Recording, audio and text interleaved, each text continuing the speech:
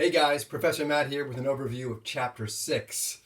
So, Chapter 6 talks about planning. That is the second stage in the RPIE. So, the P stands for planning. We're always going to plan before we do anything in public relations. Research first, and then we get to the planning. I love the way that the book talks about this. It says planning is what happens when preparation meets opportunity.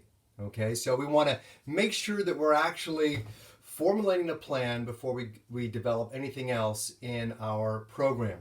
Okay, so there's a few things in the chapter I want you to think about. One is this idea of hierarchy of outcomes.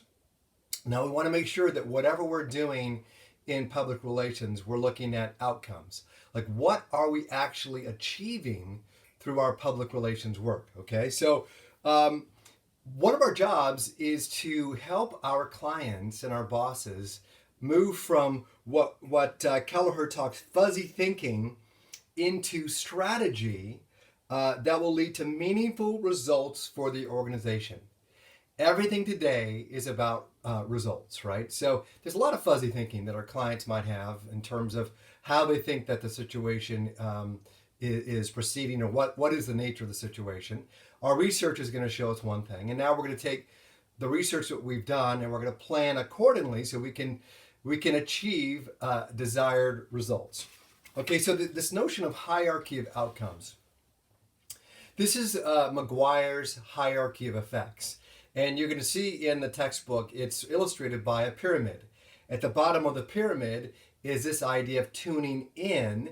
And at the top of the pyramid is the idea of proselytizing, which actually means going out and telling people about things. In between, there are a number of different steps that need to happen to go from tuning in to proselytizing, okay?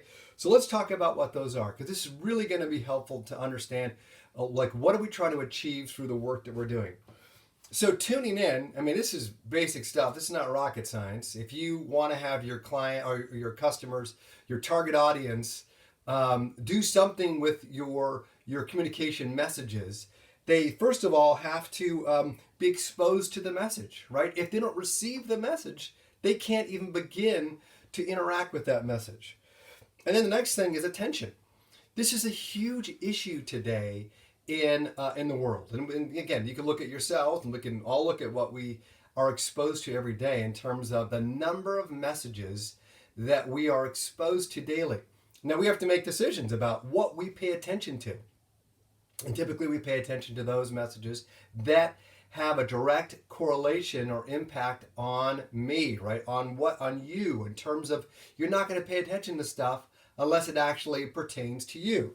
So paying attention is a big deal. In fact, I think one PR person recently said that there's going to be this coming attention crash, right? We can only pay attention to so many things. So getting people's attention is going to be it's a huge deal in this whole process. The next level is liking. Liking just means that they actually have to say, okay, I've been exposed to the message, I'm paying attention to it, and I actually like it in terms of I'm willing to listen further. The next step is comprehending. So they can go through the whole process. They've been exposed, they've paid attention to it, they've actually like it, or they're interested, but they don't understand the message. So this goes to the idea of being really careful about how we craft messages in ways that are understandable to the target audience we're trying to reach. Learning is the next one. So they understand it, but we actually might need to have them learn stuff. So for example, if you're doing a campaign about I don't know, seatbelt use, that doesn't take too hard to learn how to do that. But there's other things that you're trying to get people to do or not to do that takes a learning process, right? Like teaching people to do things or to not do something. Agreeing means that they actually, want to do it further, right? They've learned it, whatever it is, and they've agreed that, yes, this is a good idea. I want to do this. The next step is remembering. So they can go through all those steps, right? The steps of tuning in and attending and liking and comprehending and learning and agreeing and then forget. So then our job is to make sure that they remember all of these various things. The next step is acting. We want people to act upon the information that we've given them. And by the way, when you talk to clients, a lot of times this is the gold standard for results. You're doing something in response to your communication campaign. If you're in the business of, I don't know, concert promotion, it does no good if all of these things have happened and no one attends the concert. Okay, or if you're in the political PR arena and you've got a candidate, it does no good unless people actually vote for your candidate. So the gold standard in PR is behavior, right? And then finally, in the top of McGuire's hierarchy of effects is the idea of proselytizing. And that just means you're telling other people about it. So not only have they done it, but your customers or your target audience is actually going out and encouraging others to do it. That's the whole idea of peer evaluations. Or at Yelp, we're looking for people who said, yes, I like this restaurant. I like this contractor, right? And we want to use them.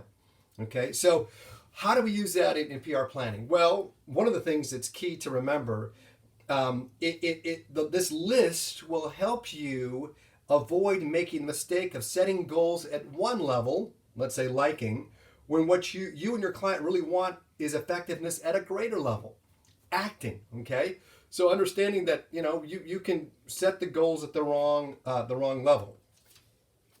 Second, the list will help you identify specific objectives and tactics and remind you not to skip any key step. Like you can't get to acting unless you have all the other things that have happened before that time. And the third, and this is super important in public relations, it helps us manage expectations. Okay, managing expectations is a huge thing. In fact, when a lot of people say that you don't want to be the first PR agency to work with a client because that client thinks that, well, PR has the power to just move people to do whatever. And that's not true, So we have to manage expectations. And I love this whole breakdown in terms of on page 145 when it talks about, like, if you were to get a story in the Wall Street Journal, how it breaks down from getting it in there to what you can expect from that. So I would encourage you to do that. Okay, so then the planning process is really important in terms of like where do various things come into place. So you have to remember that there's a certain thing that there's an order of sequence. The very first thing that comes into play is mission. We need to know what the mission of the organization is. What do they do? What do they stand for? What is the why of what they do? Okay, and then you go into like the goals and objectives. Like a goal is a larger thing, that larger thing you're trying to accomplish, and then the objective is the measurable outcomes that you want to achieve. That can again be measured, and you and your client and your boss needs to agree upon what those results are going to be. So mission, goals, objectives that move into strategy, like what is the overall arching way you want to accomplish that? And then you go into the tactics. Okay, so again, that's the order you need to think about. Mission, goals, objectives, strategies, and tactics. And in that order, which is really, really important. Okay, and then one thing about objectives, just they need to be SMART, S-M-A-R-T, just stands for specific, measurable, attainable, relevant, and time-bound. Okay, make sure when you develop an objective, it actually has all those features. And important too, when you do an objective, that you're measuring outcomes and not outputs. An output would be to say, well, our objective is to put out 5 news releases in the next 5 weeks. That's an output, like what you're going to do. Versus an outcome is, what do you hope to accomplish through that particular output? We need to measure both, but ultimately, your clients are going to want to know, what is the result of the thing that we just did? Okay, and then you need a timeline for what you're going to do, and obviously you need a budget, and you want to make sure that you stay on budget. Okay, all right. Last thing in this chapter, in fact, you'll have to go through and read this more carefully. There's other things you need to pay attention to.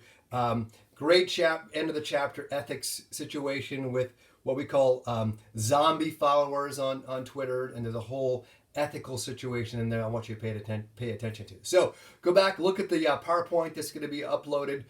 Make sure you read the chapter, take the chapter quiz, participate in the discussion question for the week, and we'll see you next time.